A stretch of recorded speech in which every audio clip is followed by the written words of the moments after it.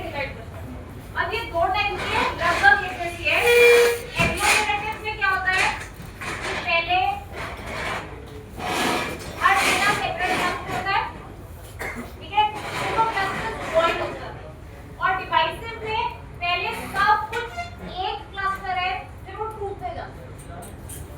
Top down और bottom up, बस यही अप्रोच का फर्क है। एग्लोमेरेटिव में पहले हर डेटा पॉइंट अलग अलग क्लस्टर, अगर 50 डेटा पॉइंट तो 50 क्लस्टर, फिर पास वाले इकट्ठे होते जाएंगे, फिर 50 से रह जाएंगे 46, फिर 14, ऐसे कम होते होते फाइनली एक क्लस्टर। और इसमें रिवर्स, पहले सब कुछ एक क्लस्टर होगा, फिर एक से डिवाइड होकर 10 बन गए, फिर 10 से ऐसे, फिर फाइनली सब अलग, ठीक है। तो ये फर्क है। और दूसरा एल्गोरिथम जो आज हम करेंगे वो है डेंसिटी बेस्ड क्लस्टरिंग, डीबीस्कैन। अभी तक जो भी आपने क्लस्टरिंग के एल्गोरिथम्स किए पार्टीशन बेस, सब में आप करते थे, आप बताते थे कि नंबर ऑफ क्लस्टर्स कितने चाहिए, 2 क्लस्टर्स बनाने हैं, 4 बनाने हैं, 6 बनाने हैं, आप बताते थे कितने क्लस्टर्स। पर डेंसिटी बेस्ड क्लस्टरिंग का बहुत बड़ा फायदा ये है कि ये खुद ही डिसाइड करता है कितने क्लस्टर्स बनाने हैं, आपको पहले से बताने की जरूरत नहीं है। और जो पॉइंट्स बिल्कुल किसी भी क्लस्टर में नहीं आ रहे होते उनको एज नॉइज भी निकाल देता है, मतलब वो आपके आउटलायर्स बताता है कि ये डेटा किसी क्लस्टर में नहीं आ रहा है, ये आउटलायर, ठीक है। तो DBSCAN is also a very useful algorithm.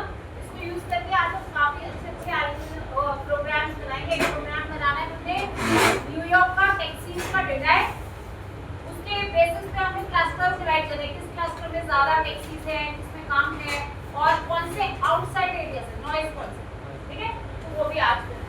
तो पहले हम करेंगे हायरार्किकल क्लस्टरिंग, फिर करेंगे डेंसिटी बेस्ड। तो हायरार्किकल क्लस्टरिंग में हायरार्किकल क्लस्टरिंग जैसे हायरार्किकल एग्लोमेरेटिव क्लस्टरिंग, जिसे हम HACB, हायरार्किकल एग्लोमेरेटिव क्लस्टरिंग। इसमें बेसिकली ये बॉटम अप अप्रोच है। सबसे पहले जब स्टार्ट करते हैं हर डेटा पॉइंट एक अलग क्लस्टर, 50 डेटा पॉइंट तो 50 क्लस्टर। जैसे ये मेरे एग्जांपल सेट में देखो A1, B2, C8, D9, 4 data points है, तो इनिशियली मेरे पास 4 क्लस्टर। फिर मैंने क्या किया, डिस्टेंस देखा, A से B का 1 डिस्टेंस है, C से D का 1 डिस्टेंस है, B to C का 6 डिस्टेंस है, ऐसे D to A का 8 डिस्टेंस है। जो सबसे स्मॉलेस्ट डिस्टेंस वाले हैं उनको आप कंबाइन करें, जैसे A और D को ज्वाइन करके अब आप एक क्लस्टर बनाओ, A और B दोनों जुड़ जाएंगे, एक क्लस्टर।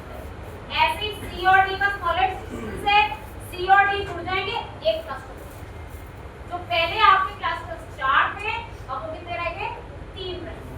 एक AB का क्लस्टर, एक CD का क्लस्टर और एक BC का अलग। ऐसे आपके नंबर ऑफ क्लस्टर्स बार-बार बढ़ जाएंगे, रिड्यूस, ठीक है, जब तक कि जितने आपने नंबर ऑफ क्लस्टर्स ना बोले उतने ना आ जाए, या फिर हर डेटा पॉइंट एक क्लस्टर। अगर आप पहले से स्पेसिफाई ना करो नंबर ऑफ क्लस्टर तो ये सब को जोड़ के फाइनली एक क्लस्टर, ठीक है।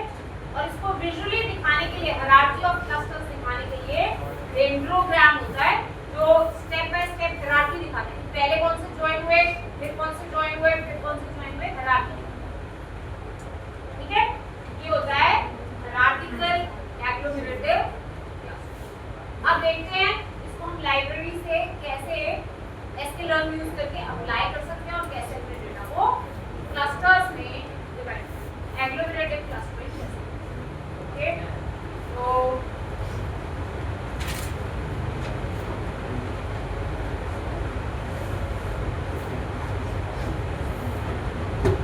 कल भी आपकी क्लास हुई,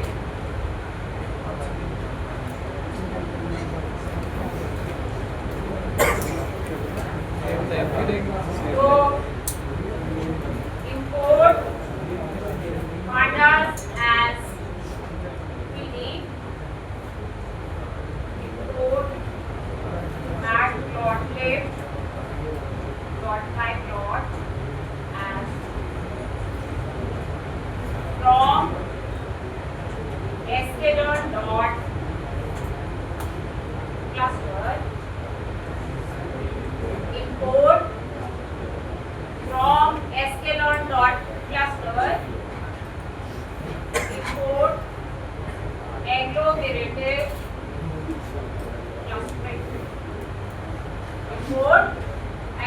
रिलेटिव डेटा उठाया pd डॉट read csv, वही हम जो डेटा यूज कर रहे हैं all customers dot csv, ठीक है। x is equal to df dot ilog, ये हमने उसके दो कॉलम था डेटा, ठीक है। अब एग्लोमेरेटिव क्लस्टरिंग यूज करनी है। Model is equal to agglomerative clustering n clusters, कितने क्लस्टर्स बनाने हैं? 3 क्लस्टर्स में मुझे डेटा को divide, labels is equal to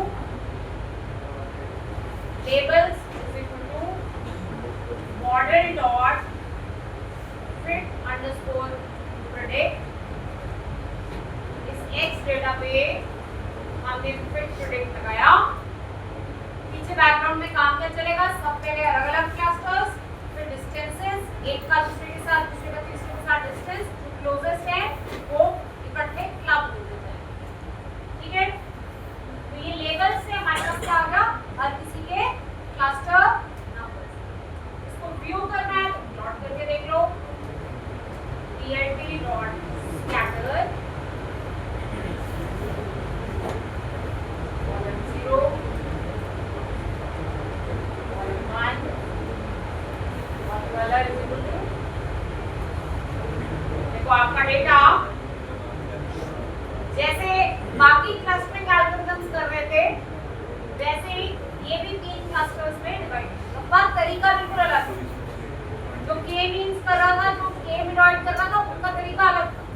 ये हायरार्की बेस्ड काम कर रहा है। मैं आपको डेंडोग्राम में प्रिंट करा के दिखाती हूँ, डेंडोग्राम से आपको ज्यादा विजिबिलिटी होगा। अभी तो आप देखोगे तो आपको वैसे ही लगेगा जैसे इसमें 3 क्लस्टर्स बन गए थे, वैसे इसमें भी 3 क्लस्टर्स में data divide.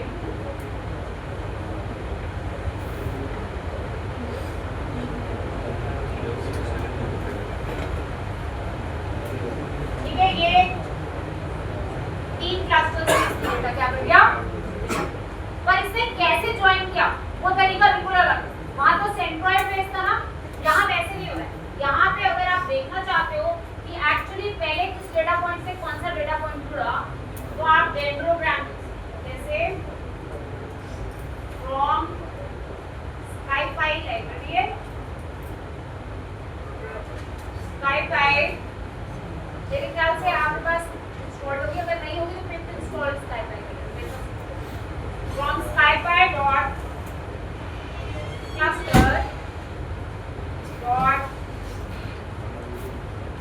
Hierarchy import linkage comma program from SciPy dot cluster dot hierarchy import linkage comma let program set is equal to linkage basically जो आपका x वाला डेटा था उसको कैसे कैसे इसने ज्वाइन किया है क्लस्टर्स में, वो आपको लिंक पे, ठीक है। और डेंड्रोग्राम को बस प्रिंट करा, डेंड्रोग्राम वो आपको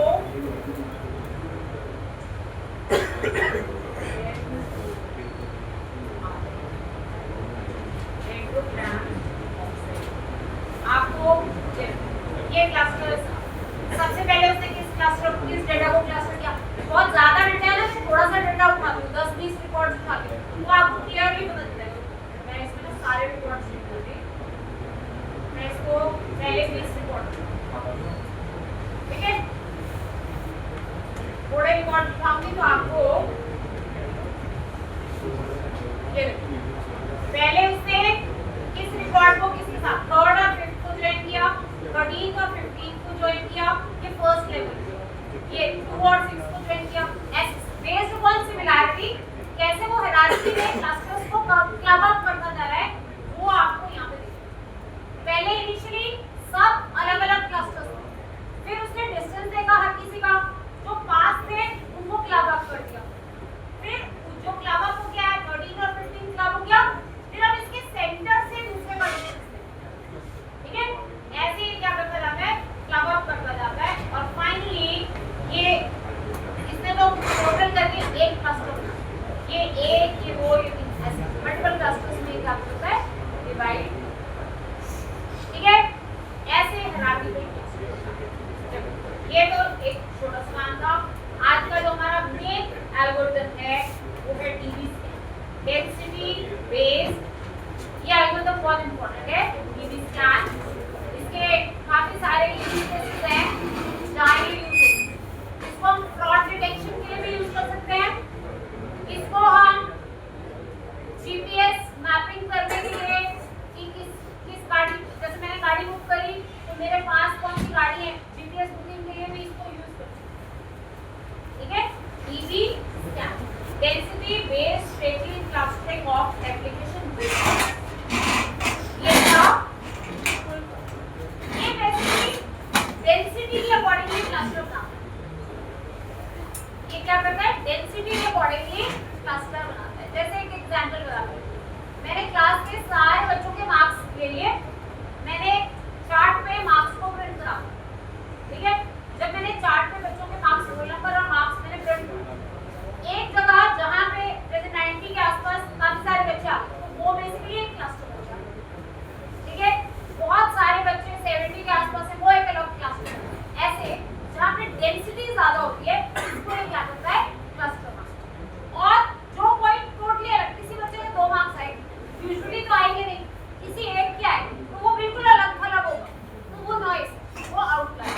तो इससे आउटलायर्स भी बड़ी इजीली बता सकते हैं, ठीक है। तो ये डेंसिटी बेस्ड एल्गोरिथम है। Clusters are formed where points are densely packed and sparse points are identified as, जो बिल्कुल स्पार्स अलग-अलग पड़ा हुआ पॉइंट है वो। अच्छा, इसके फायदे क्या है, ये मींस से कैसे बैठे, इसमें आपको नंबर ऑफ क्लस्टर्स भी बताने, आप नहीं बोलेंगे कि 2 क्लस्टर चाहिए, 4 चाहिए, ये अपने आप डिसाइड करेगा कि कितने क्लस्टर। इसमें जैसे के मींस में क्या होता है कि क्लस्टर की शेप स्फेरिकल होती है, तो क्लस्टर बनता है वो ज्यादातर स्फेरिकल शेप का। यहाँ पे जो क्लस्टर है वो आर्बिट्ररी कैसा भी हो सकता है, उसकी शेप कैसी भी आ सकती है, ठीक है, किसी भी टाइप के हो सकते हैं। और ये आउटलायर्स को हेल्प, ठीक है। इसको समझने के लिए कुछ टर्म्स हैं जो आपको पहले समझ में आनी चाहिए। ये कैसे काम करता है, आपके डेटा सेट में एक पॉइंट है, उस पॉइंट के आसपास ये कुछ रेडियस माप कर लेता है, जिसको हम कहते हैं ईपीएस, एप्सिलॉन या ईपीएस। ईपीएस मतलब इसके आसपास की सराउंडिंग कितनी चेक करती है। जैसे एक बच्चे के मार्क्स मैंने पिक किए, इसके आसपास का इतना रेडियस, उसमें मैंने क्या करना है कि काउंट करना है कि नेबरहुड में पॉइंट्स, ठीक है, उसके नेबरहुड में पॉइंट्स कितने,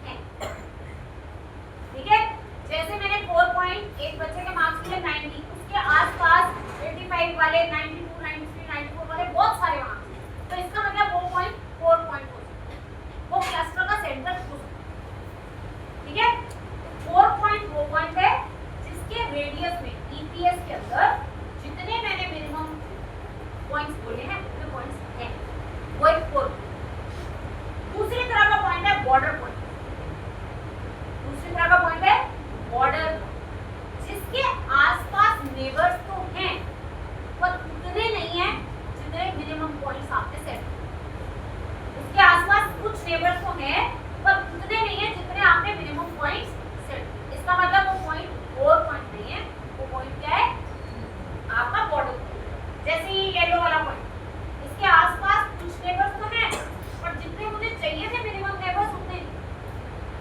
तो इसका मतलब ये क्या बन गया बॉर्डर पॉइंट। अब कई पॉइंट्स ऐसे होंगे जिनके आसपास कोई नेबर ही नहीं है, कुछ नहीं है उसके आसपास, वो नॉइज है।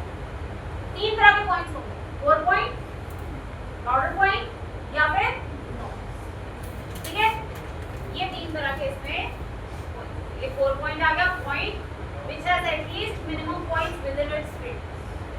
और ऐसे ही border point which has fewer than minimum point neighbors but lies in the arsenal of core। एक कोर पॉइंट के नेबर्स में है और उसके आसपास उतने नेबर्स नहीं, तो वो हो गया बॉर्डर। और नॉइज तो जो ना तो कोर पॉइंट है और ना ही किसी कोर पॉइंट से रीचेबल दूर है, वो आपका हो गया। अब ये काम कैसे करता है, प्रोसेस क्या है, कैसे काम? सबसे पहले रैंडमली आपके डेटा सेट में से कोई भी एक पॉइंट था, जैसे आप सब में से मैंने एक कोई बचा हुआ है, मैंने देखा इसका ईपीएस मान लो मैंने रख दिया 0.1, तो 0.1 रेडियस पे इसके आसपास कितने लोग बैठे हैं मैंने काउंट किया। अगर वो जितने मिनिमम पॉइंट्स हैं उससे ज्यादा है तो इसका मतलब ये पॉइंट क्या है, कोर। इसके आसपास क्लस्टर बन सकता है। ठीक है, तो पहला पॉइंट क्या है, आपने एक रैंडम पॉइंट उठाया, आप में से मैंने एक रैंडम बच्चा डिसाइड किया, फिर मैंने उसका एप्सिलॉन रेडियस, उसके आसपास का रेडियस स्टडी किया, फिर मैंने चेक किया कि उसके नेबर्स मिनिमम पॉइंट्स से ज्यादा है कि कम। अगर ज्यादा है तो ये कोर पॉइंट। ठीक है, अगर ज्यादा नहीं है तो आप क्या करो, अभी के लिए इसको नॉइज मार्क कर दो और वापस स्टेप 1 पे चले जाओ, अगला पॉइंट उठाओ। अगर ये कोर पॉइंट है तो स्टेप 3 पे अब आपने क्लस्टर को एक्सपैंड, क्लस्टर को कैसे एक्सपैंड करना है, add all it's neighbours two cluster, जो इसके रेडियस में आ रहे हैं ना उन सबको इसका वाला क्लस्टर नंबर दो। फिर रिकर्सिवली एक एक नेबर के लिए दोबारा करो, जैसे आपके साथ ये 4 बच्चे बैठे, ठीक है, तो ये मेरा एक कोर पॉइंट आ। अब मैंने इसके साथ वाले के साथ देखा क्या इसके आसपास भी उतने लोग हैं, अगर है तो उसको भी कोर पॉइंट, तो मतलब मेरा क्लस्टर ऐसे जुड़ जुड़ के क्या होता जाएगा, एक्सपैंड बड़ा होता है। ठीक है, ये काम हमने करते हैं कब तक, जब तक आपके सारे के सारे पॉइंट्स विजिट, जब ये पूरा एल्गोरिथम चल जाता है हर किसी को क्लस्टर नंबर मिल जाता है और कुछ चीजों को क्लस्टर नंबर में के लेवल में मिलेगा -1, जिनको -1 मिल रहा है वो नॉइज, जिनको -1 मिल रहा है वो नॉइज। ठीक है, अब इसको आप फ्रॉड डिटेक्शन में भी यूज कर सकते हो। जैसे मेरे पास क्रेडिट कार्ड का डेटा है, ठीक है, क्रेडिट कार्ड का डेटा आपका कस्टमर का, एक कस्टमर का क्रेडिट कार्ड का डेटा पूरा, ठीक है, तो उसकी ट्रांजैक्शंस एक रेंज में रहती है, एक रेडियस में रहती है। ठीक है, अभी उसने कोई बहुत बड़ी ट्रांजैक्शन कर दी तो वो तो नॉइज बन जाएगी ना, जब वो नॉइज बन जाएगी आप उसे अलर्ट जनरेट कर देंगे। ठीक है, तो आप इसे क्रेडिट फ्रॉड डिटेक्शन में बहुत इजीली यूज कर सकते हैं। दूसरा यूज केस इसका तो मैंने आपको बताया, ओला उबर की बुकिंग में आपने एक कार बुक करनी है, हमने देखा आपके आसपास रेडियस में कौन सी कार है, उन कार्स में से जो सब ड्राइवर्स को हमने मैसेज भेजा कि नहीं ड्राइव, ठीक है, उनमें से जो पिक कर लेगा उसको। ठीक है, तो ये इसके यूजेस। तो अब हम इसको अप्लाई करके देखते हैं और देखते हैं कि ये कैसे काम करता है। 2-3 एग्जांपल्स बनाते हैं इस पे। तो पहला एग्जांपल बनाते हैं डीबी स्कैन यूज करके। पहले छोटे डेटा से बनाती हूँ फिर बड़ा डेटा बनाती हूँ। From sklearn.datasets import road iris। देखते हैं कि ये कितने क्लस्टर्स बनाता है, कितना नॉइज देता है। ठीक है, रोड आइरिस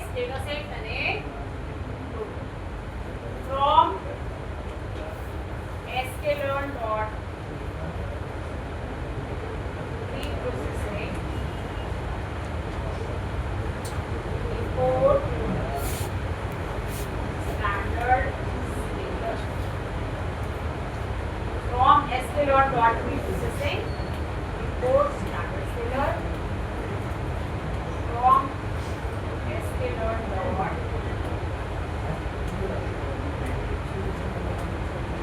decomposition import, ठीक है। और इसके बाद मैंने इस पे लगाया dB scan from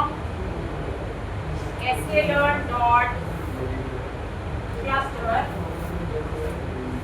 import from sklearn dot cluster import db data उठाया रोड आइरिस डेटा सेट आ गया। सिर्फ फीचर्स चाहिए तो डेटा डॉट डेटा मैंने उठा लिया। 4 फीचर्स है इसमें, 4 फीचर्स का मेरे पास डेटा स्केलिंग कर लेते हैं, डेटा की कर देते हैं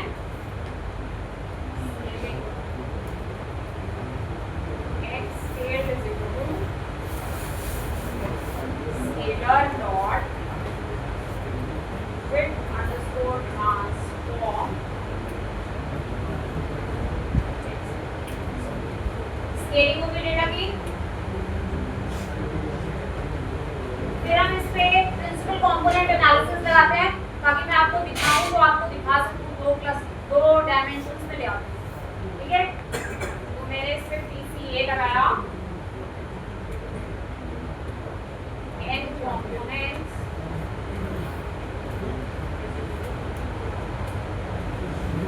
x PCA is equal to PCA dot width underscore transform, ठीक है। PCA लगा दिया। अब इसके बाद मुझे इस पर डीबी स्कैन लगाना है, इसके बाद मुझे इस पर लगाना है डीबी स्कैन, ठीक है। तो DB scan is equal to DB scan class का ऑब्जेक्ट बनाया। 2 इंपॉर्टेंट पैरामीटर्स EPS कितना रेडियस आसपास स्टडी करना है, EPS min samples to consider a point 4 point, इसके आसपास कितने सैंपल्स आपको, ठीक है। ये 2 इसके पैरामीटर्स हैं, दोनों पैरामीटर्स की वैल्यू दूंगी, ठीक है। अब labels is equal to db scan dot fit underscore predict x PCA वाला मैंने डेटा पास किया, इसमें क्या किया तो क्लस्टर किया, 4 पॉइंट निकाले, उसके आसपास क्लस्टर को एक्सपैंड किया, क्लस्टर्स बना। आप देखो लेबल्स पे इसने रिटर्न किया 0s 1 2 क्लस्टर्स में डिवाइड किया क्योंकि ये -1 तो नॉइज है ना। अच्छा ये बात बदल सकती है अगर मैं यहाँ पे वैल्यूज बदलूं, जैसे मैंने मिनिमम सैंपल नंबर 10 दे दिए तो इसे 3 क्लस्टर्स में डिवाइड किया, कुछ 0 में, कुछ 1 में, कुछ 2 में और कुछ पॉइंट्स को इसने दे दिया -1 मतलब ये नॉइज। तो ये इसके हाइपर पैरामीटर्स हैं जिनको हम ट्यून कर सकते हैं। इसके अकॉर्डिंगली हमारा जो रिजल्ट है वो, ठीक है। अब अगर मैं चेक करना चाहती हूँ कि इसमें नंबर ऑफ क्लस्टर्स कितने आए, नंबर ऑफ नॉइज पॉइंट्स कितने आए, तो वो मैं चेक करूँगी। NOC number of clusters is equal to length of set of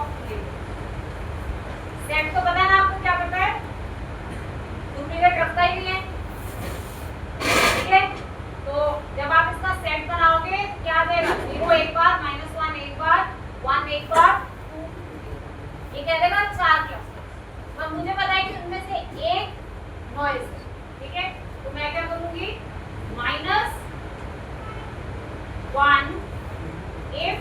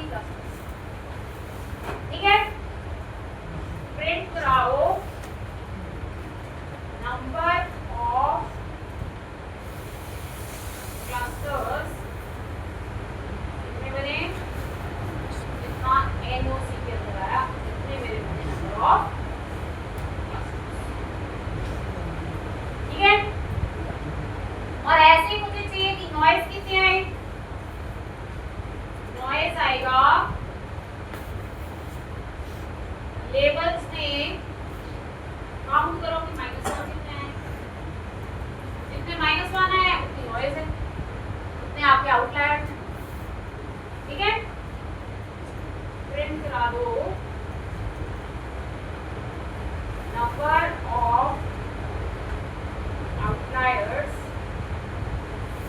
between noise कितने आपके अंदर चला के दिखाऊं आपको 3 क्लस्टर्स है 41 आउटलायर मैं ईपीएस की वैल्यू को बदल के देखती हूँ आउटलायर्स बढ़ते जितना ईपीएस कम होता जाएगा उतने आउटलायर्स आपके बढ़ते वैल्यू को number of clusters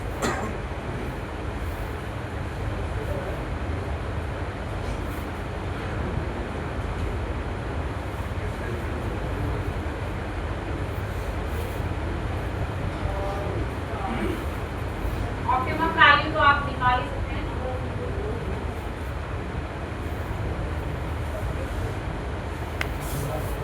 best value for this कैसे निकालिए वो भी मैं आपको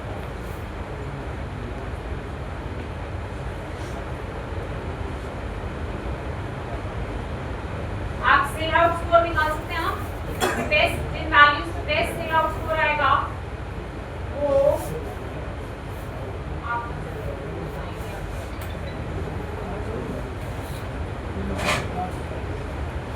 ठीक है ये मेरा अब मैं आपको इसे प्लॉट करके दिखाना चाहती हूँ क्लस्टर पॉइंट्स पे प्लॉट हो और जो नॉइज पॉइंट्स है वो भी प्लॉट हो ठीक है अब मैंने ये जो डीबी स्कैन में क्लस्टरिंग करी है मुझे ये डेटा तो मैंने क्या किया यूनिक लेबल्स लेबल्स का मैंने सेट मतलब लेबल्स में वैल्यू आ जाएगी 0 1 2 क्लस्टर नंबर थे और -1 ये 4 यूनिक लेबल्स आते हैं यूनिक लेबल्स में क्या आया -1 0 1 0 1 2 मेरे क्लस्टर है और -1 और मैंने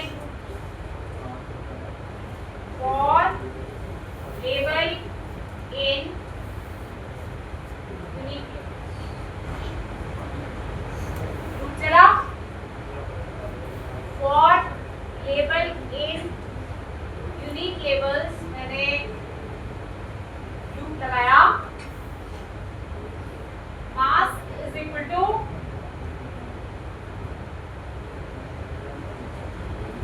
label इस लाइन से क्या होगा इस लाइन से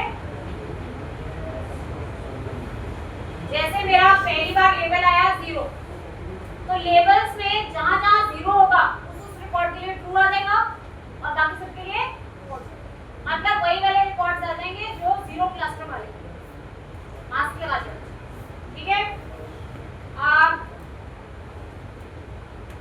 if label is not equal to मतलब अगर ये नॉइज नहीं है तो अगर ये कोई क्लस्टर है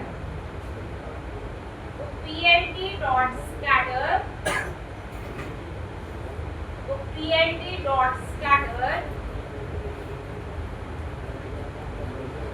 ये मास्क वाले पॉइंट्स का कोऑर्डिनेट 0 ये मास्क वाले पॉइंट का कोऑर्डिनेट 1 ठीक है ये y is equal to table में मैंने लिख दिया क्लस्टर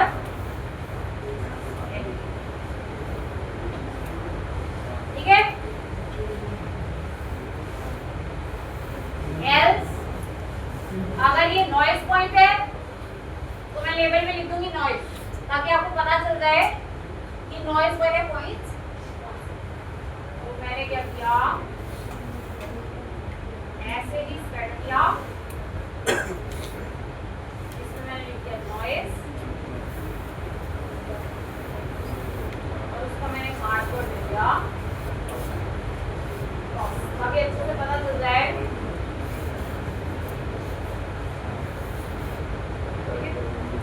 ये noise plt dot legend CLP dot सारे क्लस्टर्स के पॉइंट्स को भी दिखाएगा, नॉइज वाले पॉइंट्स को भी दिखाएगा, नॉइज वालों का मार्कर अलग होगा, आपको पता चल जाएगा कैसी क्लस्टरिंग। ये आपके नॉइज पॉइंट्स हैं और ये आपके तीन क्या है, ये आपके नॉइज पॉइंट्स आ गए और ये वाले आपके क्या आ गए, क्लस्टरिंग। ठीक है, जैसे ये उसने नॉइज पॉइंट दिए सही है, दूर रही है क्लस्टर से तो वो नॉइज पॉइंट। बाकी और अच्छा इसको फाइन ट्यून कर सकते हो with changing EPS and minimum sample. इनको आप जैसे जैसे बदलते जाओगे उस अकॉर्डिंगली क्लस्टर्स का साइज बड़ा होता जाएगा या छोटा होता जाएगा। ठीक है, क्लियर है? ऐसे हमने क्या किया, डेंसिटी पे बेस्ड क्लस्टर्स। अब ये क्लस्टर्स देखो रैंडमली किसी भी शेप के बन रहे हैं, ठीक है, ऐसे आप क्लस्टरिंग कर सकते हैं। ठीक है, अच्छा अभी जो मैं आपको बता रही थी कि अगर मुझे बेस्ट वैल्यूज निकालनी हो, मैं कोड लिख देती हूँ, कोड क्योंकि नेस्टेड फॉर लूप लगेगा, बेस्ट वैल्यू ऑफ EPS भी निकालेंगे और बेस्ट वैल्यू ऑफ नेबर्स भी निकालेंगे, मिनिमम सैंपल्स भी निकालेंगे। तो थोड़ा लंबा कोड होगा, मैं लिख देती हूँ कोड लंबा, मतलब कोड लंबा नहीं है, एग्जीक्यूशन में लंबा होगा, तो मैं लिख देती हूँ, एग्जीक्यूट करना लगा दूंगी, तब तक आप ही कराऊंगी।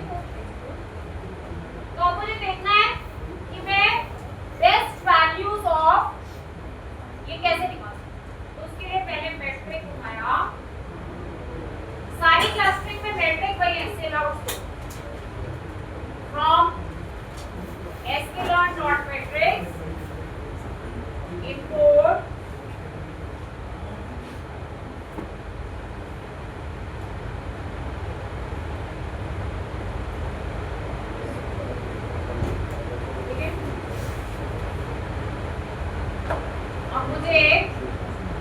अभी दिखाऊं सेल आउट फ्लो क्या आ रहा है।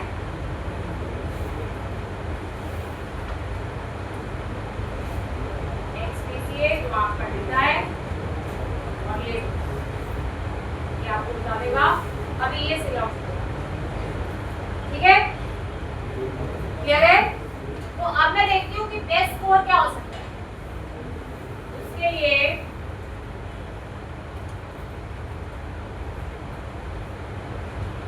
best score is equal to -1, best EPS is equal to none, best min samples is equal to, ठीक है, लूप लगाएंगे for EPS in NP dot A range 0.1 से लेके 1 तक 0.11 में डिफरेंस पे सारी EPS की वैल्यूज चेक। 0.1 में क्या EPS आ रहा है, 0.2 में क्या आ रहा है, 3 पे क्या आ रहा है, सब पे अलग अलग पे मान, ठीक है। ऐसे ही इसके अंदर और bin samples in range 3 से लेकर 10। पहले आप EPS रख के देखेंगे 0.1, उसके अंदर आप मिनिमम सैंपल्स 3 रखेंगे, 4 रखेंगे, 5 रखेंगे, बहुत सारी, इसीलिए नेस्टेड लूप है, इसलिए टाइम लगेगा, ठीक है। हर बार EB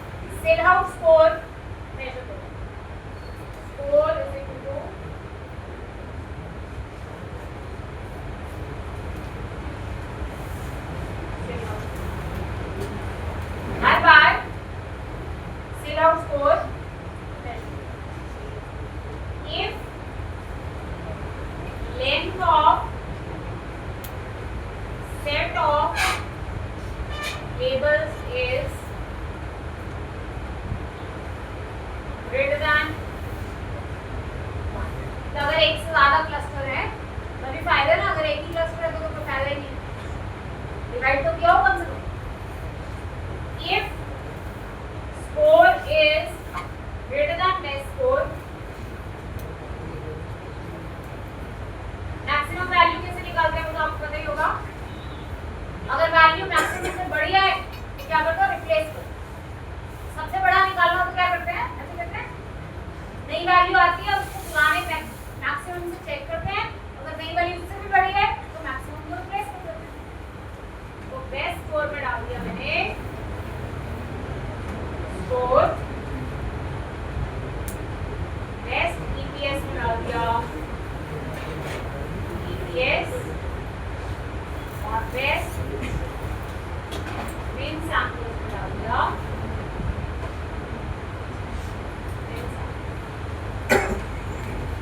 ये चलेगा। तो इससे बार बार जब ये लूप चल जाएगा तो इसने मल्टीपल वैल्यूज ट्राई करके देखी है, जो बेस्ट वैल्यू है इसने आपको निकाल के वो प्रिंट करा के देख लेना। बेस्ट स्कोर की वैल्यू क्या है, बेस्ट ईपीएस की वैल्यू क्या है, और बेस्ट मेन सैंपल।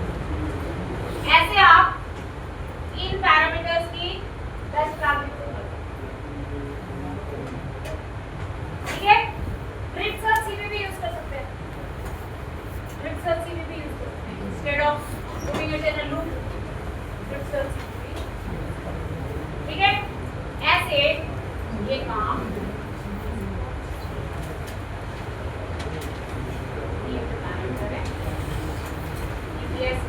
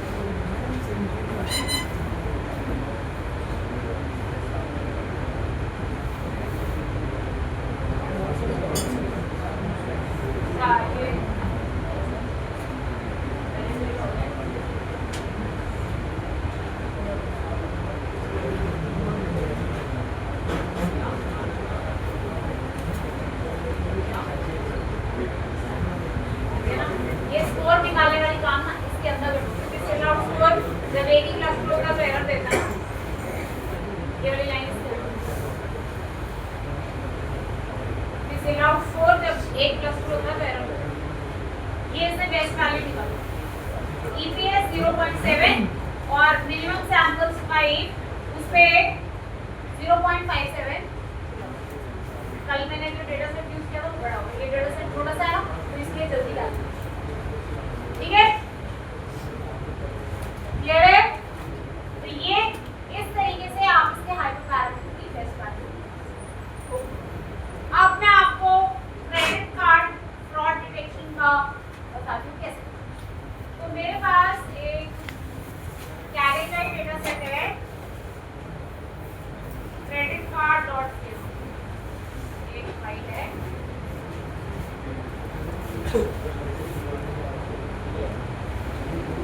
ये कैरे का स्टैंडर्ड डेटा सेट है और सिक्योरिटी पर्पस के लिए, क्योंकि क्रेडिट कार्ड का डेटा डायरेक्टली ऐसे नहीं दे सकते, तो कैरी पे भी बाय डिफॉल्ट पीसीए लगा हुआ है, ठीक है। तो इसमें आप डेटा डायरेक्टली रीड नहीं कर सकते, पीसीए लगा हुआ है, ठीक है। तो इसमें ये 128 फीचर्स हैं, कितने अमाउंट की ट्रांजैक्शन हुई वो है, और ये इसमें क्लास लेवल है। ये बेसिकली 0 मतलब कि ये करेक्ट ट्रांजैक्शन है, 1 मतलब कि ये फ्रॉड ट्रांजैक्शन है। इसमें ये बेसिकली एक सुपरवाइज्ड लर्निंग का वैसे डेटा सेट है और इसमें बहुत सारे रिकॉर्ड्स हैं, लाखों में रिकॉर्ड्स हैं, ठीक है। 1 का भी डेटा, 0 का भी डेटा, पर हमने क्लास वाला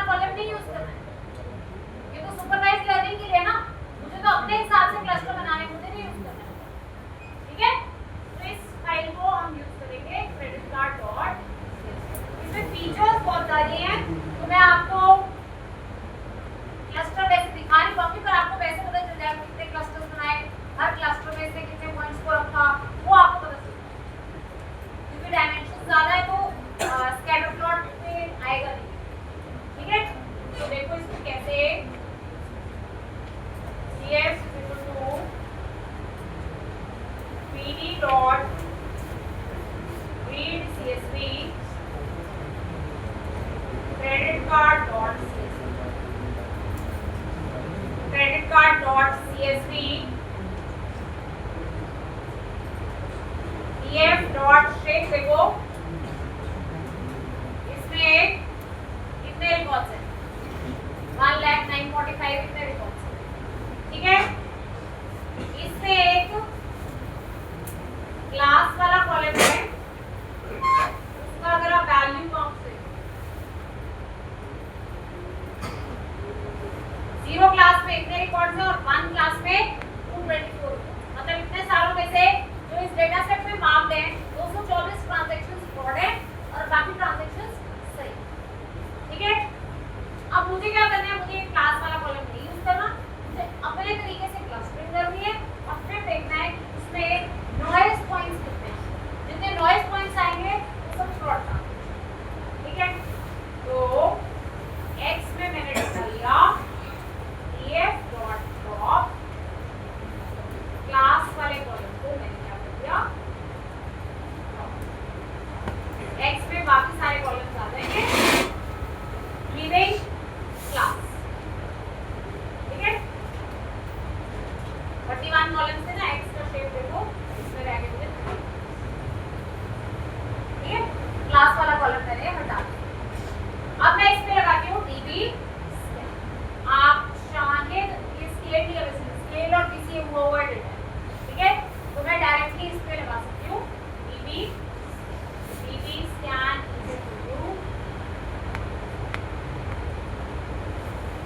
स्कैन लगाया, EPS 0.5, main samples 20, labels DB scan dot fit underscore predict x वाला डालना है, ठीक है, ठीक है। labels dot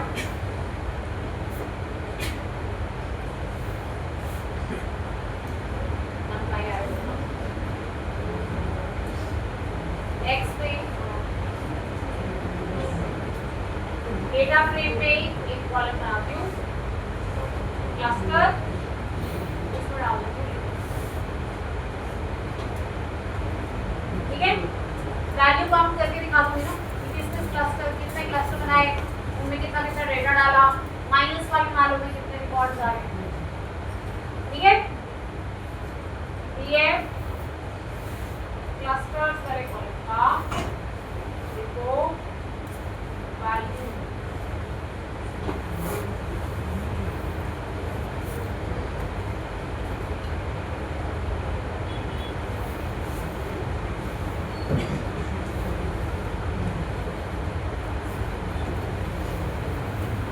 और ज्यादा है इसमें यूज है,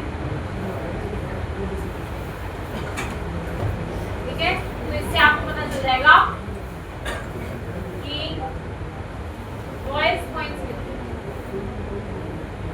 ठीक है। तो ये एक कस्टमर की जैसे ट्रांजैक्शन होंगी, आप ऐसे समझ सकते हो, आप रोज ट्रांजैक्शन करते हो 100 रुपए 400 रुपए 500 रुपए 1000 रुपए, वो सारी ट्रांजैक्शन तो आसपास होगी। एक दिन आप कोई बड़ी ट्रांजैक्शन करोगे तो वो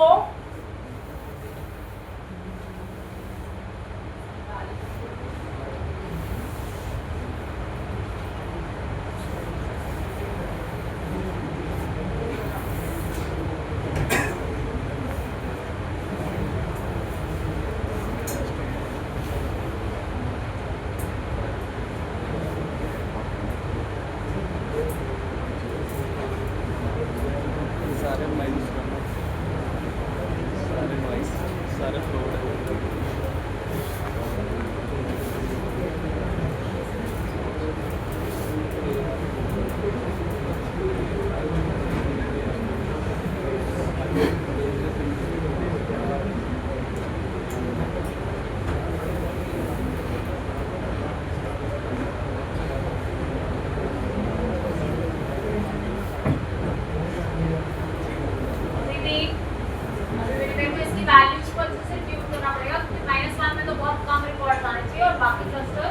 बहुत ज्यादा वोल्टेज में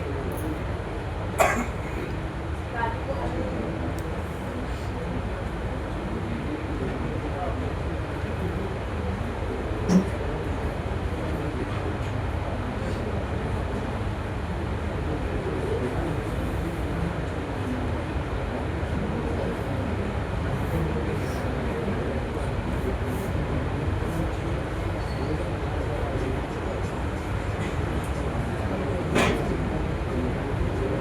डेटा की वेरिएशन का डेटा की वेरिएंस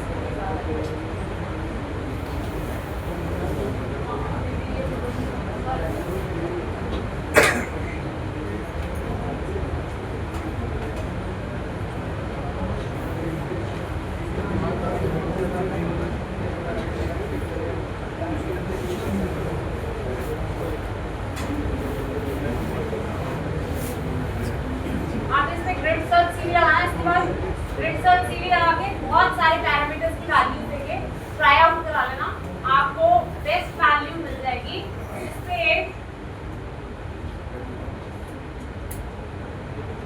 इसमें ये सही रिजल्ट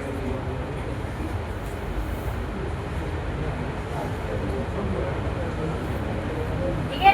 ग्रिड सर्च सीवी लगा के आप स्टडी कर लेना कौन से पैरामीटर पे अच्छा रिजल्ट। आप नेक्स्ट प्रॉब्लम जब तक ये चलता है, हम नेक्स्ट प्रॉब्लम करते हैं। अभी भी काफी रिकॉल्स है, तो वो आप ग्रिड सर्च सीवी से काफी सारी वैल्यूज को ट्राई करके देखना, आपको बेस्ट वैल्यू मिल जाएगी। ठीक है, ओके। तो अब हम करेंगे, हमारे पास ये न्यूयॉर्क का टैक्सीज का डेटा है। इसके अंदर तो ये कार कंपनीज होती है, उनकी बुकिंग का पिकअप, लैटिट्यूड, लॉन्गिट्यूड, वो सारा डेटा है इसमें। ठीक है, वो मैं आपको दिखाती हूँ। फिर हम देखते हैं कि हम कार्स के क्लस्टर्स में कैसे डिवाइड करें। जैसे ये vendor ID, pickup time, date time आ गया आपके पास, कितने पैसेंजर्स थे, ट्रिप का डिस्टेंस कितना था, ये पिकअप के लॉन्गिट्यूड और लैटिट्यूड, ये मेरे कॉलम्स काम के हैं जिन पे मैंने काम करना है। ये वाला, इसमें भी डेटा बहुत सारा है।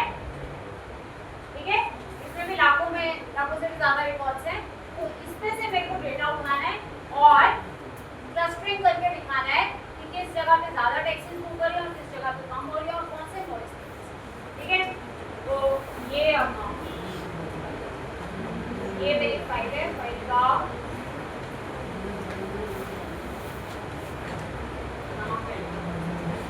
ठीक है। देखो df is equal to pd dot read csv ठीक है। ये मेरा डेटा। अब इस डेटा फ्रेम में बहुत ज्यादा डेटा है, उसमें कहीं एनएस भी है। तो df is equal to df dot drop in, null data पहले अच्छा, अब मैं इसमें से सिर्फ कुछ पर्टिकुलर कोऑर्डिनेट्स का डेटा उठाती हूँ, क्योंकि अगर मैंने ऐसे रखा ना तो ये बहुत ज्यादा लॉन्गिट्यूड लैटिट्यूड की रेंज आ जाएगी। फिर स्कैटर मैप में आपको बहुत दूर दूर डेटा देगा। तो मैं कुछ स्पेसिफिक एरिया, क्योंकि न्यूयॉर्क बहुत डेंसली सिचुएटेड है, तो थोड़े से लैटिट्यूड लॉन्गिट्यूड में से डेटा स्टडी करूँ। तो डीएफ में से मेरे कुछ स्पेसिफिक लैटिट्यूड लॉन्गिट्यूड का डेटा, जहाँ पे पूरे रशी एरिया है वहाँ पर वेयर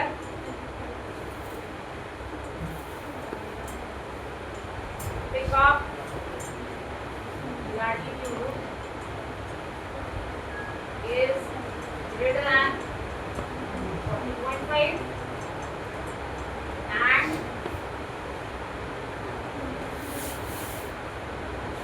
pickup latitude is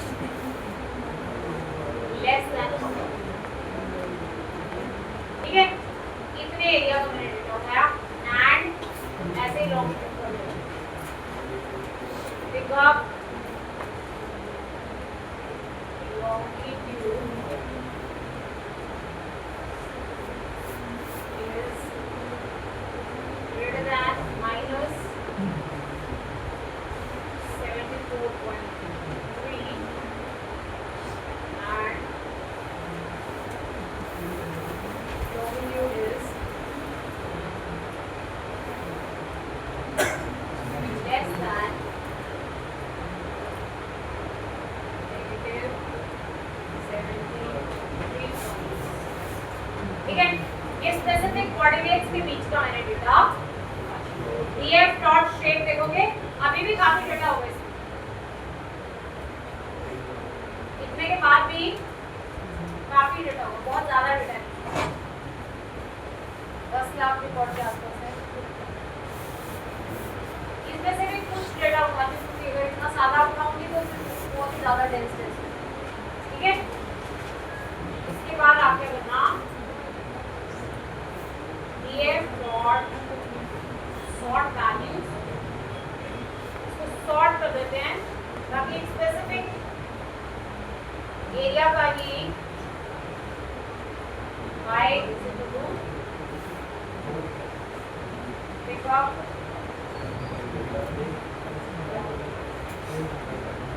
ठीक है। अभी भी देखो कितने रिकॉर्ड हैं, बहुत ज्यादा डेटा है। मैं इसमें से कुछ 6000 रिकॉर्ड निकालूंगी, ठीक है, क्योंकि इतना सारा मैं प्लॉट करके नहीं निकाल सकती, तो इसमें से specific 6000 record df1 is equal to df dot df1 is equal to df dot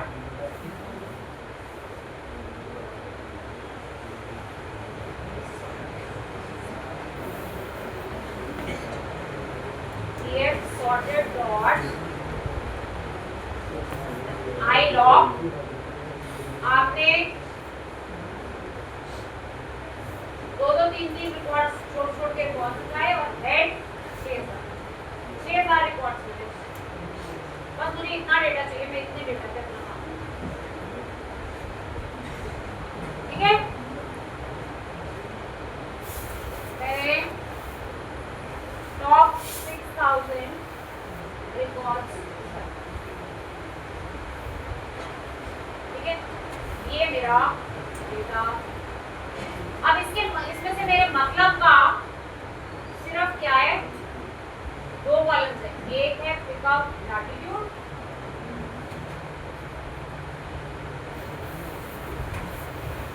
और दूसरा है पिकअप लॉन्गिट्यूड। मुझे आपकी लोकेशन के अकॉर्डिंग ही काम करना ना, तो मैंने सिर्फ 2 ही कॉलम्स रखे, ठीक है, सिर्फ इतना ही डेटा, 2 कॉलम्स। अब मैं इस पे टीवी स्कैन लगा, ठीक है, अब मैं इस पे लगाऊंगी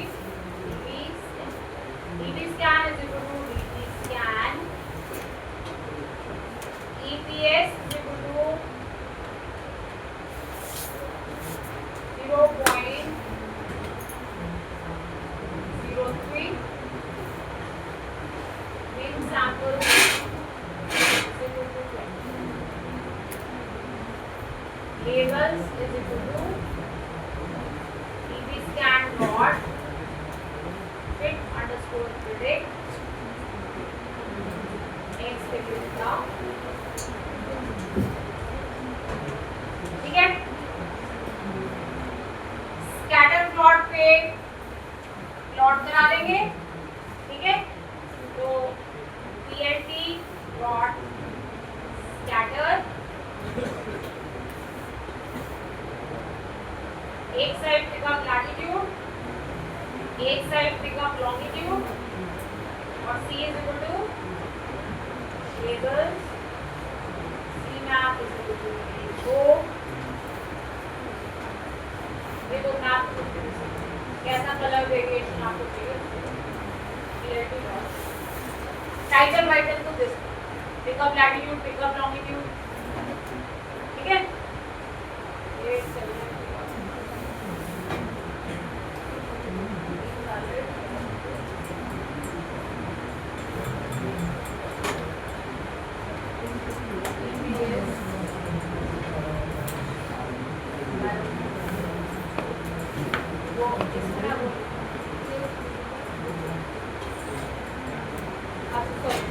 ब्रेक देना ब्रेक देना। ये आपका डेटा क्लस्टर्स में अलग अलग क्लस्टर्स में उसने क्या कर दिया डेटा को डिवाइड। अगर आप और अच्छे से इसको दिखाना चाहते हैं तो ये मैंने ऊपर जो ये कोड किया था ना इसमें ये लगा लोगे तो और ज्यादा अच्छे से यहाँ पे ये वाला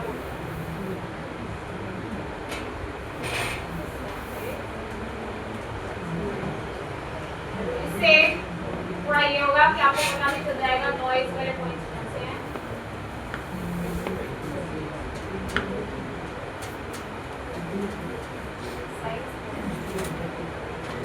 पॉइंट ज्यादा है ना